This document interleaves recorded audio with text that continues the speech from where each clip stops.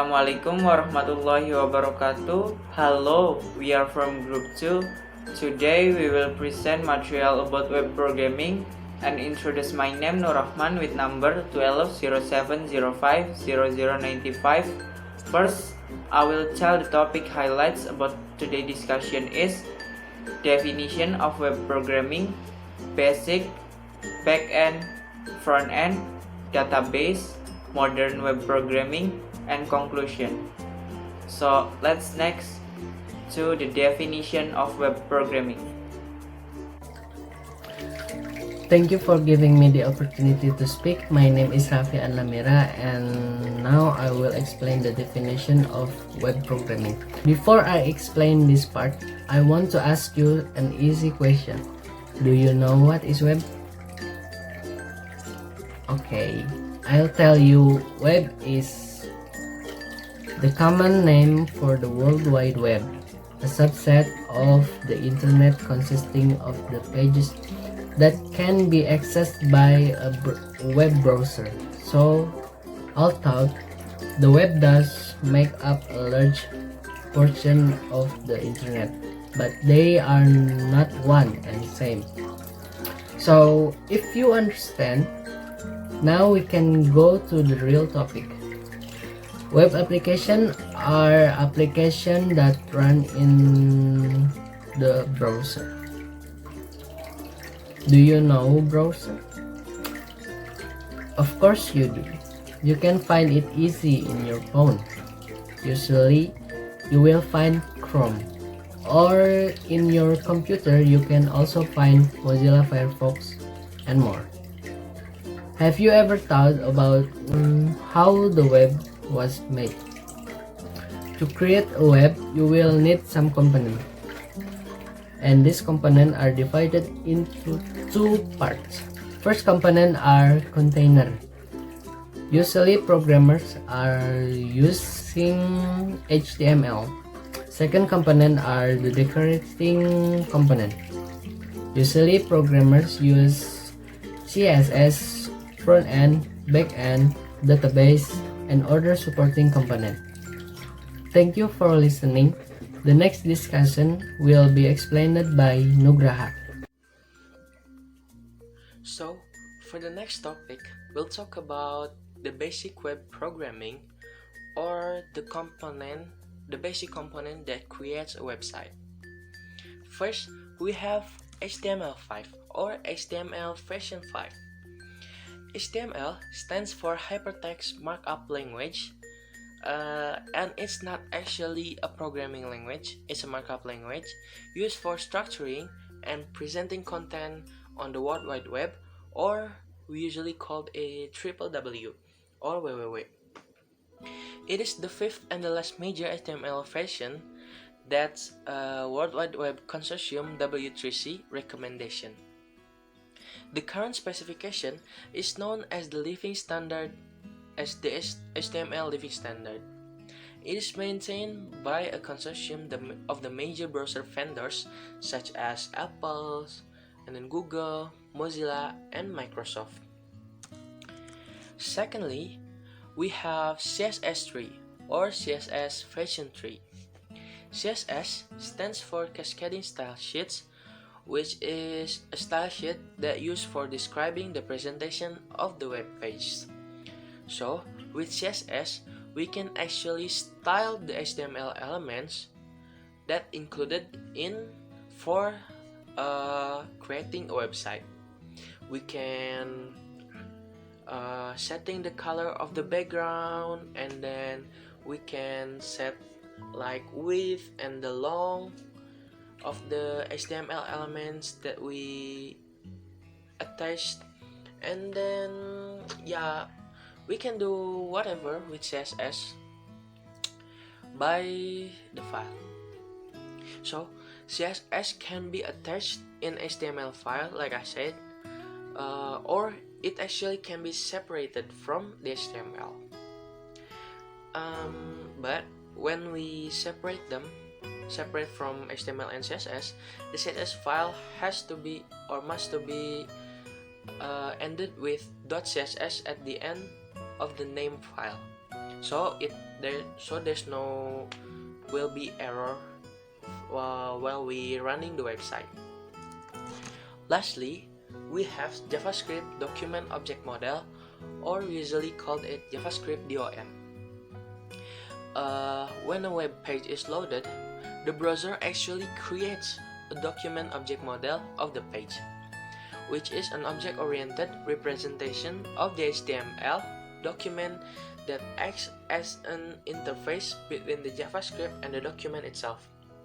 This allows the creation of the dynamic web pages, because within a page, JavaScript can add, change, and then remove any of the HTML elements and attributes, and then JavaScript also can change any of the CSS styles. Also, JavaScript can react to all the existing events and creates new events. I think that's all from me for this topic. And the next topic is actually front end, which will be presented by Nurholis Majid. Thank you. The front end of a software program or website is everything with which the user interact. One AngularJS is an open source software framework used to create website-based single-page application. This framework is also quite popular for developers to create any page needed on HTML web pages. 2.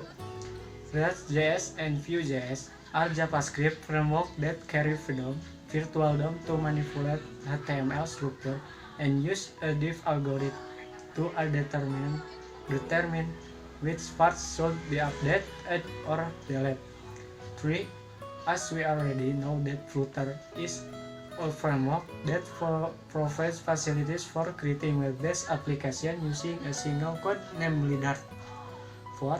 Ionic is a framework that is developed to build hybrid mobile application with HTML5, CSS, and AngularJS. So Ionic is a web technology that can be used to create a mobile application. Bootstrapping is a business development path or a strategy where the founder or owner of the business choose to rely on internal strength. Bootstrap is for creating responsive sites. The front end is a part of the website that provides a user interface. Okay, in the slide, I can explain about the backend. The backend refers to any part of website or software programming that user don't know to see. If you can run the backend, you can use the programming language. The first, you can use the PHP language. What is the PHP language? That is a programming language that is widely used for handling the creation and development of website and can be used in the conjugation with HTML. On the PHP, you can use the 5 framework.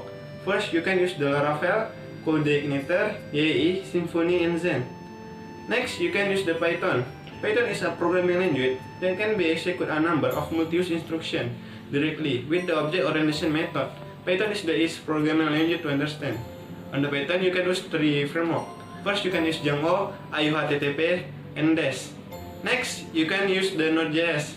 Node.js is a platform made by Randall for running JavaScript, based web application, which was introduced in 2009. With this platform, you can run JavaScript from the server side. On Node.js, you can use the 3 frameworks, Express.js, Matter.js, and Cell.js. In my explanation, I tell about the framework. What is the framework? Framework in general is to facilitate the development and execution of programs from various programming languages and a set of libraries so that the Windows operating system can run an application.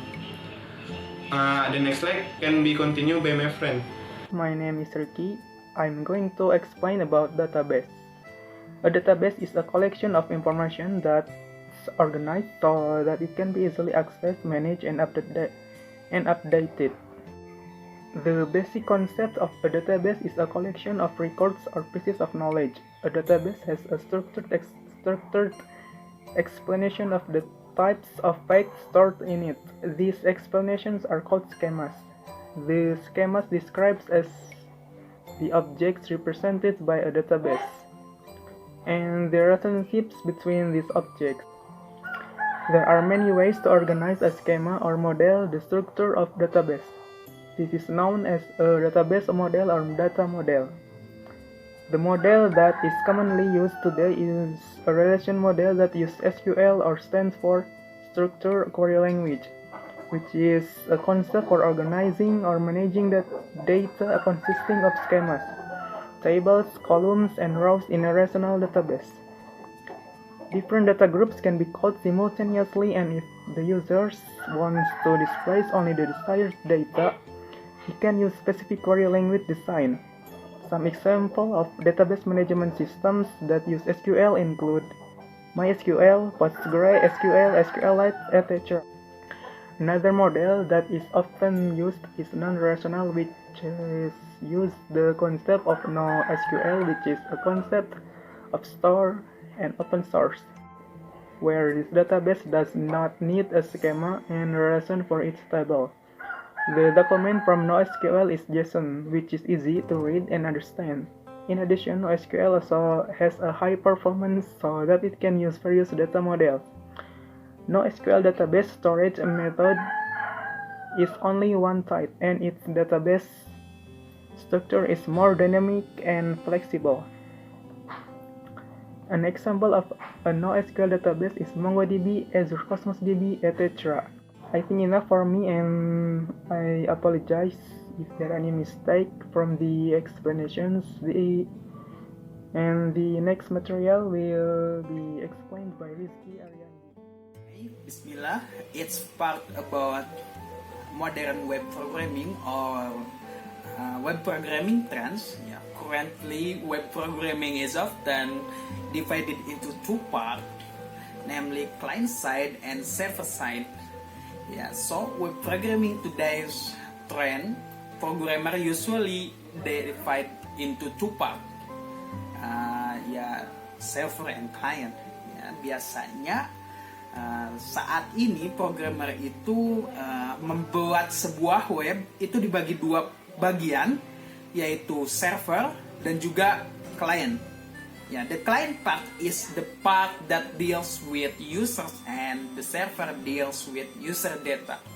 Ya, jadi client itu ngurusinnya itu urusan pengguna seperti tampilan dan lain-lain yang dapat dilihat oleh pengguna, dan juga server itu ya untuk mengatur data pengguna. The separation between clients and server is certainly very effective in terms of speed, security, reliability, and others. Yes, the reason why it's now divided by two parts because it feels more effective, especially what we feel the most of speed. Ya, jadi kenapa mesti dibagi dua? Karena dirasanya untuk zaman sekarang itu lebih efektif. Karena terutama dalam hal kecepatan klien dan server itu, ya. Transaction data between clients and server are usually linked by the REST API. Yes, currently the client and server are two different things. Of course, it requires a technology that can connect them. The REST API is like a bridge that connect the client to server, ya. Jadi sekarang itu transaksi data antara server dan klien itu dihubungkan dengan satu teknologi yang namanya itu REST API. REST API itu layaknya sebuah jembatan, ya, sebuah jembatan yang menghubungkan antara server dan juga klien. Ya, currently dan selanjutnya, currently many also use WebSocket for real-time data transaction. Ya, ada juga yang menggunakan WebSocket, sering juga digunakan untuk real-time data seperti for application chat or tracking like Gojek tracking, Grab tracking dan lain-lain, atau aplikasi chat seperti WhatsApp itu menggunakan WebSocket. Other things that have recently been trending in web technology, including progressive web application, biasa disebut PWA ya. A web application that can run like a mobile application. Jadi sebuah web aplikasi yang dapat berjalan layaknya sebuah aplikasi mobile. Tapi bukan aplikasi mobile. Jadi tidak perlu penginstalan seperti di Google Play Store. Or hybrid web, a web that can be bundled into an APK and can be upload on the Play Store. Atau ada juga teknologi yang namanya itu web hybrid. Jadi sebuah web seperti yang dijelaskan tadi kemarin, yaitu front end dan juga back end, itu bisa dibundle menjadi sebuah .apk dan dapat di-download di Google Play Store. Container for server, like Docker, technology that can unite or needs a complex server in one container. Sebuah teknologi container, jadi sebuah container layaknya untuk memanage sebuah server yang kompleks dalam satu container. Cloud hosting, CMS, and others. Ya, jadi ada juga yang namanya cloud hosting, yaitu hosting yang sangat cepat dan juga besar storage-nya, CMS dan lain-lain. Itu bagian lainnya. Oke. Next. Okay. I am Raihan Sauri with name 1207050102. Conclusion. Web technology is a complex technology. In the previous explanation, we can see some of the components that make up a web, which consists of the front end, back end, and database. Singkatnya, program web terbentuk atas dua kata, yaitu programan dan web, di mana pemrograman sendiri adalah proses atau cara dalam menjalankan sebuah urutan instruksi atau perintah yang diberikan kepada komputer untuk membuat fungsi atau tugas tertentu. Sedangkan web adalah sistem yang mengakses, memanipulasi, dan mengunduh dokumen yang terdapat pada komputer yang dihubungkan melalui internet atau jaringan. Jadi, web programming adalah proses atau cara untuk menjalankan instruksi pada sebuah komputer yang terhubung ke internet untuk membuat fungsi atau tugas tertentu. That's a few short presentation for us. If there is an error, please understand. Assalamualaikum warahmatullahi wabarakatuh.